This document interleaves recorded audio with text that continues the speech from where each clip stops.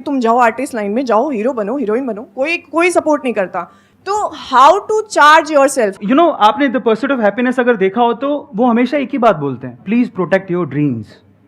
क्योंकि वो ड्रीम्स है ना, आपके लिए बहुत खास है, दुनिया के लिए नहीं है। उसको आपको खुद को प्रोटेक्ट करना है। अब उसके लिए आपको कुछ भी कीमत चुकानी पड़े, you have to do that. और इसी का नाम जिंदगी है। अप्स एंड डाउन्स तो आएंगे ही ना लाइफ में, लेकिन अगर आप उन अप्स एंड डाउन्स में अपने सपनों को खो दो, छोड़ दो, तो फिर सपने आपके पास आए ही क्यों हैं? बड़े सपने देखने हैं तो कीमत चुकानी पड़ती है, और वो आपको चुकानी चाहिए। उसके लिए कुछ भी देना पड़े, you have to give yourself as well. मेरा ऐसा मानना है। एक्सेलेंट।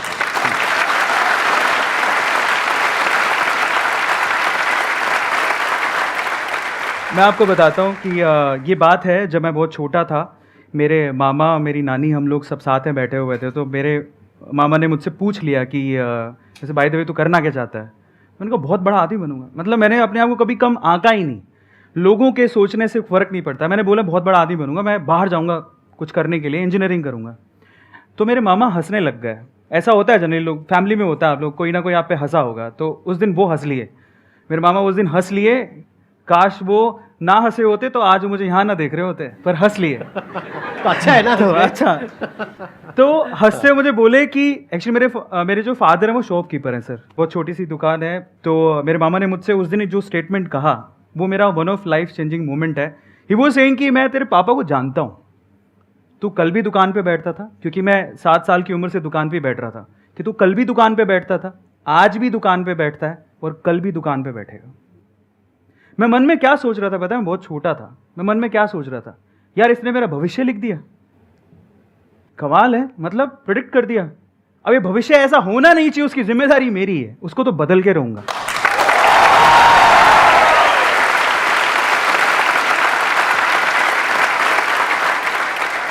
जब प्रॉब्लम्स आती है ना हमारी लाइफ में, तो हमारे पास में 2 ऑप्शंस होते हैं। एक है हम ब्लेम करने लग जाए अपने रिलेटिव्स को, फ्रेंड्स को, इसको उसको, सिचुएशंस को, लाइफ को, हर एक को ब्लेम करें कि मैं इसकी वजह से कुछ नहीं कर पा रहा। दूसरा ऑप्शन ये होता है कि जो भी आपको उल्टा बोल रहा है या आपको आगे बढ़ने से रोक रहा है, तो आपको गुस्सा आता है। जब कोई आपको उल्टा बोलता है, आपकी फैमिली में, फ्रेंड्स में, यहाँ पे वहां पे, मुझे भी बहुत बोला था जब मैंने अपना करियर शुरू किया था, इनको भी बोला था, सबको बोलते हैं। आपको ये समझना है कि अगर कोई आपको उल्टा बोल रहा है, आपको गुस्सा आ रहा है ना, आने दो गुस्सा। हाँ। बस उस गुस्से को चैनलाइज करो सही जगह पर। वही इन्होंने किया, और आज देखो इनके अंदर एक जोश है, एक आग है, जो आप लोग फील कर पा रहे होंगे, मैं देख पा रहा हूं। वो आग क्यों है? वो वहीं से लगी थी आग, वो जो आपके मामा जी ने वो बोला था। वीडियो में कोई प्रॉब्लम तो नहीं है ना? नहीं, बिल्कुल नहीं। हाँ ठीक है, नमस्ते मामा जी।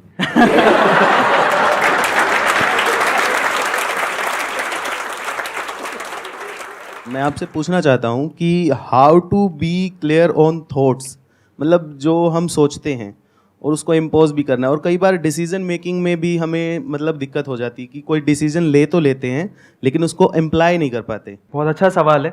क्लैरिटी में एग्जांपल देता हूँ, ज़्यादा इंपॉर्टेंट है। मेरे फादर मुझे जाने नहीं देना चाहते थे बाहर। मैं इकलौता था, शॉप थी, उनको ये था कि संभालेगा कौन।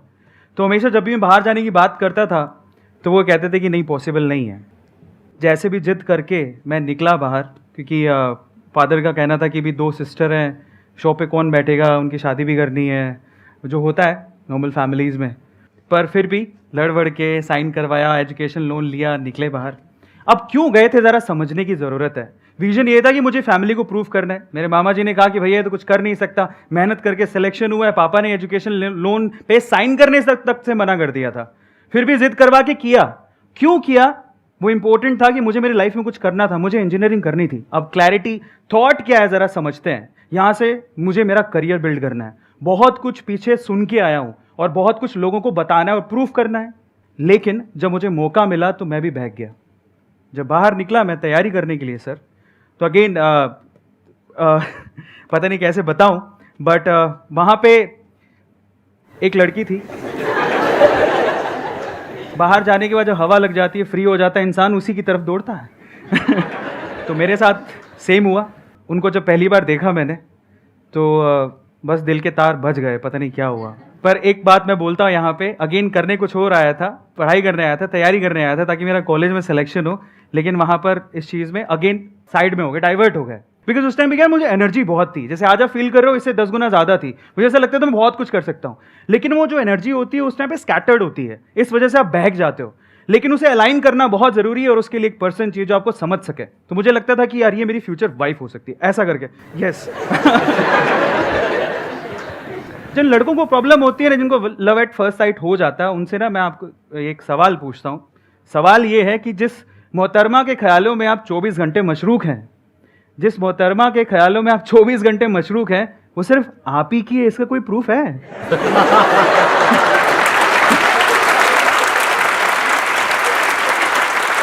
उसके आने का इंतजार करना, उसके जाने का इंतजार करना, उसे देखना, है ना? बिल्कुल होता है। 6 महीने मैंने खराब कर दिया, कुछ पढ़ाई नहीं की, मैं भूल गया मैं क्या छोड़ के आया हूं, किन बातों को यार प्रूफ करने के लिए छोड़ के आया हूं यार, वो सब भूल गया मैं। गलत बात है, पर बहक गया, कुछ नहीं कर सकता था। तो मैं उनके पास गया और जाके मैंने उनको बोला, मैंने कोई लव यू कुछ नहीं बोला, स्ट्रेट फॉरवर्ड बता रहा हूँ। और उनके पास बैठा, जाने का मौका मिला तो मैंने कहा मैं जा रहा हूँ। उनकी मम्मी को बोला पहले, तो मम्मी टकराई। मैंने कहा जा रहा हूँ तो मैं सोच रहा हूँ सबसे मिल लूँ, क्या मैं उनसे भी मिल सकता हूँ? मैं उनका बहुत बड़ा फ़ैन हूँ। वो फ़ैन इस वजह से था क्योंकि वो बहुत ही थोड़ा इंक्लाइंड थी स्पिरिचुअलिटी की तरफ, तो वो बहुत बुक्स पढ़ती थी। तो मैं गया उनके पास बैठा, मैंने डायरेक्टली उनको एक ही बात बोला, मुझे आपसे एक बात कहनी है। तो बोले क्या? मुझे आपसे शादी करनी है। अब अच्छा शादी करनी है, फायदे मैं बता देता हूँ, मुझसे 5 साल बड़ी थी। उन्होंने कोई रिएक्शन नहीं दिया। लास्ट में जब पूरी कॉन्वर्सेशन हो रही थी, सुनती रही, लास्ट में उन्होंने मुझे बोला कि एक बात बोलती हूँ, ध्यान से सुनना। मैंने कहा हाँ। बोले अपने माँ बाप के पैसों पे तुम यही करने आए हो क्या? स्टेटमेंट बहुत खतरनाक थी, दिल पे चुभ गई कि अपने माँ बाप के पैसों पे तुम यही करने आए हो क्या था। फिर उसने बोला कि तुम जब 6 महीने पहले आए थे ना, तुम्हारे बारे में बहुत सुना था कि तुम बहुत इंटेलिजेंट हो, अब क्या हो गया? फिर लास्ट में उसने जो बात बोली वो आप सब लोगों को सुननी चाहिए। अगेन मैं कह रहा हूँ, लड़कियां बहुत मैच्योर होती हैं। वो खुशी वाली बात भी थी लेकिन चैलेंज भी था मेरे लिए। उसने बोला तो सफल हो जाओ, अपने पाँव पे खड़े हो जाओ, तब हर चीज़ तुम्हारी कदम चूमेगी, तुम्हें सब मिल सकता है।